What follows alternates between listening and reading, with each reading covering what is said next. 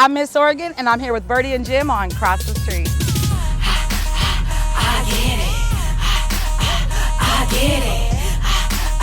I get it. If I say I'ma get it, I'ma get it.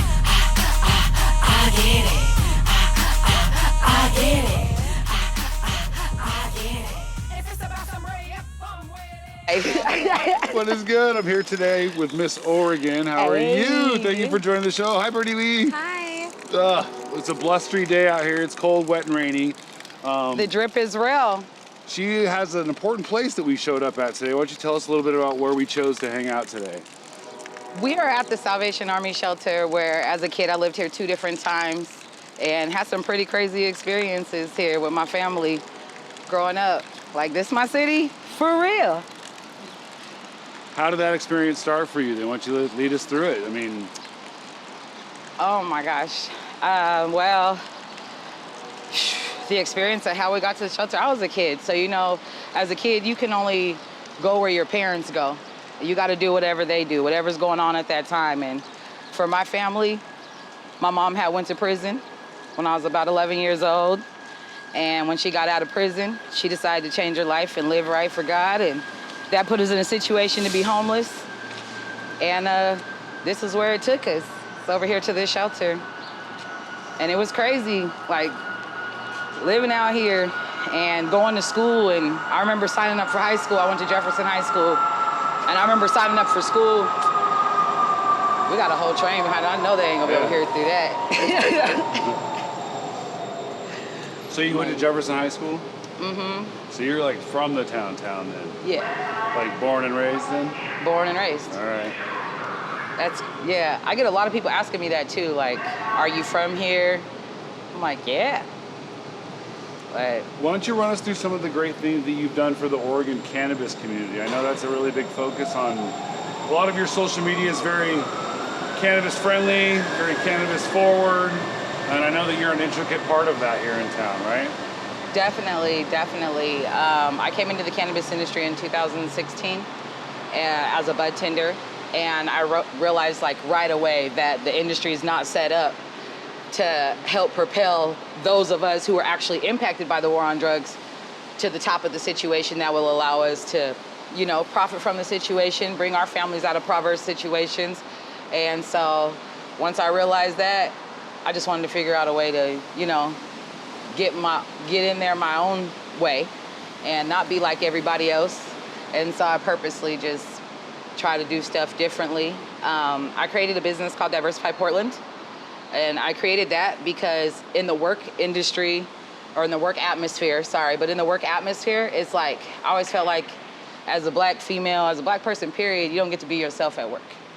You gotta try to fit in, whether it's your hair, your voice, you play witness to watching your white counterparts talk to the boss any kind of way.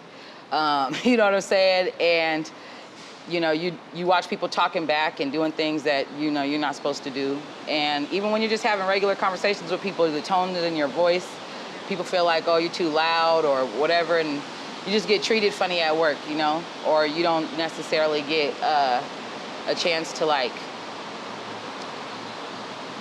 really show off your full potential of who you are as an employee, because there's trust issues between the higher ups and us as minority workers. And so, you know, your capabilities and what you're capable of doing, like, it's always under question. I don't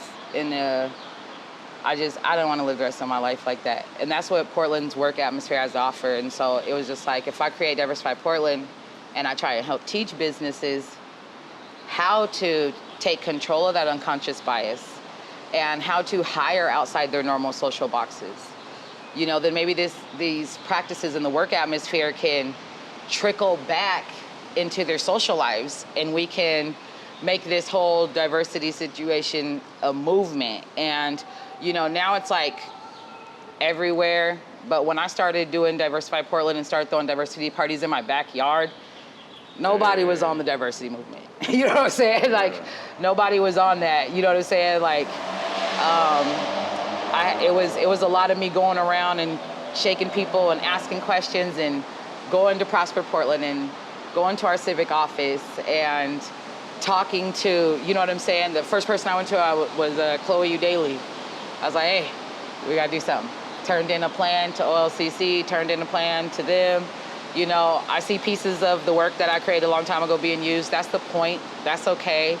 And, you know, with Diversify Portland, I just hope to create a social movement that allows for our city to change in the direction that we want to see and to bring people up to the new social standards with how to talk to each other, how to use their pronouns, you know, how to treat each other in the workplace, how to treat each other as real friends, like, you know, as much professional work as I do, people that know me know, like, I'm a real ass person, and I hold tight to, like, what loyalty is when you say you a team with people. I want to attest to that. Shit. As far as toughness goes, she looks amazing today, first of all. Thank you so much.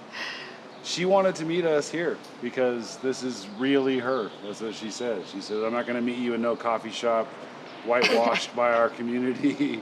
It's just so many gentrified spaces here that it was like, I'm not glorifying the spaces that aren't cleaned up or anything like that, but across the street, I feel like gives us people of the city a chance to tell our story. And my story started down here, and being down here and hanging out down here. And, you know, like I said, I'm gonna show you guys the first place where, you know, I was robbed.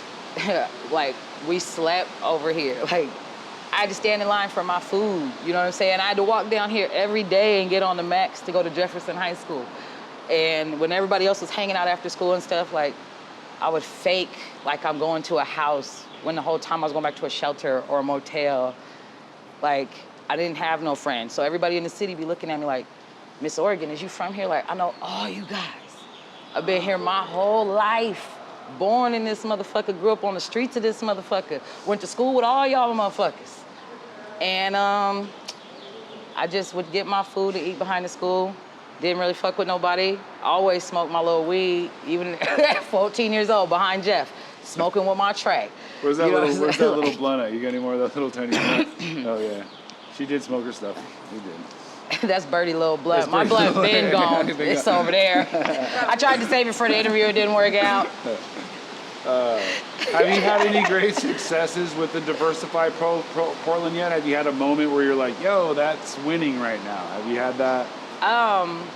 So Diversify Portland is expanded outside of just Portland. We produce many events in the city as well as trainings. We do one-on-one cultural sensitivity trainings as well. But we are the producers of the National Cannabis Diversity Awareness Convention. That has put us on the map. That has put me on the map for Black history for our city, for sure. Like, I'm pretty proud of it. Me and my daughters are the first Black women in U.S. history to create a National Cannabis Diversity Convention ever. That's ill. And hey. You know, people come here to our city from all over the U.S. to come to that. Wow. And we're still babies, right? Like, we just started a few years back.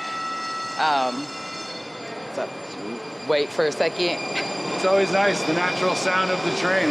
We are actually in the streets. We outside. We are actually outside.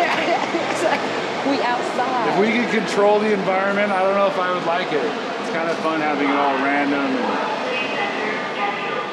When was the last time you took the meds?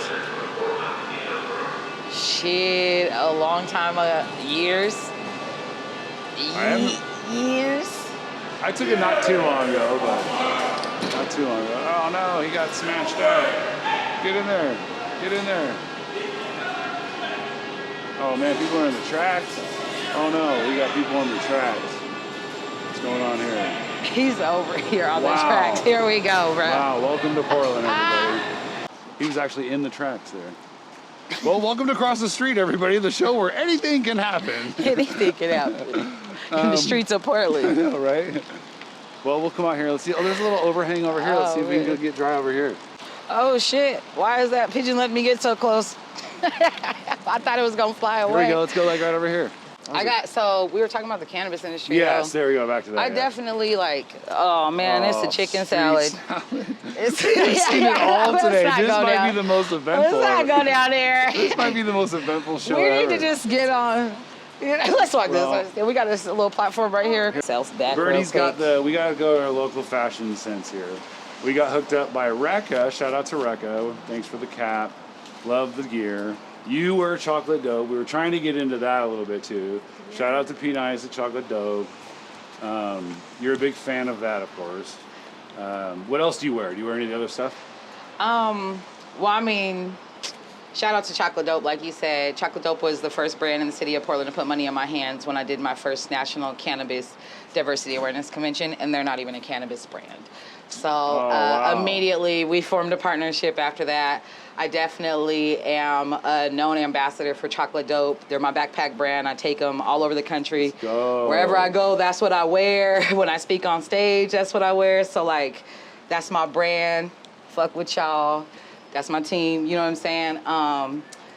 As far as wearing other brands, I definitely go support everybody. Like, I'll go in these people's stores and spend some money and buy stuff, you know what I'm saying? We see you out and about all the time, too. We see you out and about. At least once, you know what I'm saying? So, I don't try to fake out here, you know what I'm saying, and keep up with everybody. I'm like, man, I do what I can do. I got 3 kids, you know what I'm saying? Like, this shit, you know what I'm saying, is real. So, the thing that I try to do for brands to really support them is show them off. You know, I try to talk about them. I try to share their stuff. I try to let people know about them. I send people to their businesses. Mm-hmm. I talk about them outside of my city. You know, so just supporting in the ways that I can, even more than just wearing the clothes, but spreading their brand so, you know, they can make some money. Like, that's definitely what... We see you out and about quite a bit, too. So you do support not only through, you know... we ran into you at the Reveal Lounge or Spark. Yeah, for ladies' night. Yeah, so a lot of people don't know I got a music industry background, and part of the national convention that I do, there's an event called Meet the Plug, and we teach music artists how to get cannabis sponsorships. Ooh. And so I'm definitely a plug for that, and I keep how about some close... TV shows? That too. Like, I'm all about teaching people how to use the cannabis industry to grow their businesses, but teaching artists how to brand themselves and how to utilize the cannabis industry to do their music videos, to have product, to get those plane tickets they need, whatever. Like, teaching people how to do that is kind of like my thing, you know? And so a lot of people don't know like what I'm out or what I'm doing, but I definitely am scouting for talent for this summer for the national convention, and you know, seeing who's consistent with their work and who's looking at themselves as a brand and not just jumping on the mic playing around. But when we look at you as artists, when we go to your page, can we tell that you're an artist? You know, are you presenting yourself in that way? Are you marketing yourself? Do you have a marketing budget for yourself? Are you? Because if you're not investing in yourself, I'm not gonna take the time to invest in you. You know, like, you can tell who's really about their shit, you know? Today is April 18th. 2 days from now is 420. Yay. You have a kind of a cool event that Birdie and I and Liz are extremely excited about. The Recess event. Oh my gosh, yes. Why don't you lead us into that? Because the advertising so far has been great. The word of mouth has been great. Yes. This is going to be big. Man, we are outside for Recess. Rain or shine, we acting up. We all know that the cannabis industry's favorite holiday is 420. And so, you know, that day is all about taking a break. You know, that's the day that you got to tell your boss you're sick, even when you're not. You know, so we're definitely going to be taking a break, and we're going to take a break old school style. We're going to do Recess. We're going to have lots of vendors there. Each vendor's going to have a game at their table. So, you know, it's going to be nonstop fun. We're breaking out the tetherball, four square, you know, hopscotch. We'll have some CBD mocktails. Woo. And then, you know, as we get bigger adults, a lot of us like to play around on the mic. So we'll have that open mic going on. Hey. We're going to have some dope-ass comedians and music artists. All right. You know, and we'll have some brands in the house. And, oh, yeah, so also just, you know, to be clear, it is a consumption-friendly event. We will not have any alcohol. We will not be selling any cannabis at this event whatsoever. You are allowed to bring your own cannabis. And, you know, that's how that goes with that. Yes. Cross the street will be there. The event will not be supplying you with cannabis, just to be clear. Across the street, we will be there in full force. We're going to bring 3 Deep that day. The girls and I went out and had a little shopping adventure even in preparation for the event. So Oh my gosh, We are yeah. wild excited. I'm excited. I'm gonna have some big blue and green hair. You know, we're gonna have some fun. We got the DJs, audio lords in the house. Ooh. Yeah, I'm excited. I'm excited to see these mocktails too, some CBD mocktails. That sounds fun. And I'll have a little candy store. I'm building a little candy store. Man, we built a ball pit. You guys, I've been going in. Like, I'm known to overdo shit. And so. Well, if you see we're us about in to the have fun. crowd too, if you see the cross the street crowd, you see Birdie's big smile, and you see me, big old goofy butt with the camera. She always got a little dance. Come tap in with us. We'd love to interview everybody that's going to participate in that event. That's a super fun event. I can't wait for this. Yes, it's Super going to be fun. super fun. And make sure to tap in too this August 5th and 6th is the National Cannabis Diversity Awareness Convention. You know, we'll be bringing the homies to the town from all over the U.S. Like, we really go in on that. So you guys come out to that, support that. I definitely ain't too proud to say I need support. I'm the only black female in Oregon that even does the type of events that I do. And I need the support to be able to keep creating these spaces for everybody else. So, you know, definitely tap in with me. Well, we're big fans of you, of course, here across the street. City of Portland, of course. Thank you for all the work you've done for us, laying the Thank groundwork. It is kind of a turn to see our city kind of, change a little bit, but that's change, right? I mean, This our city, we got to take care of it. Yeah. And, that's the other side of things I do for another episode. But, definitely being involved in the city and making sure that our voice from what I hear out on the streets is being, transpired into our city hall and into our legislation here is something else that I do for the city. And I take pride in, those kind of relationships here as well. Those mean a lot. So, yeah, make sure y'all voting. there you go. Make sure y'all voting, please. She is, Miss Oregon is very good at the Instagram. We will leave your Instagram handle in the description below. You can tap in with all of her content there. Yes, She gave me some of the greatest tips ever. I'm not going to give the sauce away on the show, but she gave me the best tips ever for some Instagram stuff, so thank you for that. Until 420, we will see you soon. I'm so excited for this. 420 is well, coming. bring it in. See y'all there. Everybody bring it in. Let's do The like a homie little- teams. Let's go recess on 3. 1, 2, 3. Recess! Thanks for your time, Miss Oregon. Yes, Cheers. absolutely.